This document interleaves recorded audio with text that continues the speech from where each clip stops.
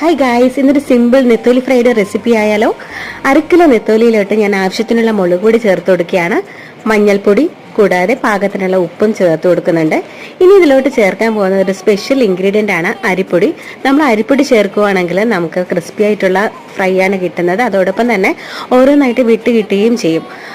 പിന്നെ ഇതിലോട്ട് ചേർക്കാൻ പോകുന്നത് 1 ടീസ്പൂൺ കോക്കനട്ട് ഓയിലാണ്. അതിനുശേഷം നമുക്ക് നന്നായിട്ട് മിക്സ് ചെയ്തതിന് ശേഷം ഫ്രിഡ്ജിൽ സൂക്ഷിക്കാം. ഒരു അരമണിക്കൂർ വെച്ചാൽ മതിയാകും. ഫ്രൈ പാൻ ചൂടായതിനു ശേഷം ഇതിലോട്ട് വെളിച്ചെണ്ണ ഒഴിച്ചു കൊടുക്കുകയാണ്. എണ്ണയും ചൂടായതിനു ശേഷം ഇതിലോട്ട് കുറച്ച് കറിവേപ്പില ചേർത്ത് കൊടുക്കുന്നുണ്ട്. ഇനി മാരിനേറ്റ് ചെയ്ത് വെച്ചിരിക്കുന്ന മീനിട്ട് നമുക്ക് ഫ്രൈ ചെയ്തെടുക്കാം. അപ്പോൾ അടിപൊളിയായിട്ടുള്ള ക്രിസ്പി ആയിട്ടുള്ള നെത്തോലി ഫ്രൈ റെഡി ആയിട്ടുണ്ട്. അപ്പോൾ എല്ലാവർക്കും ഈ ഒരു റെസിപ്പി ഇഷ്ടപ്പെട്ടെങ്കിൽ ലൈക്ക് ചെയ്യാനും അതോടൊപ്പം ഫോളോ ചെയ്യാനും മറക്കരുതേ. താങ്ക്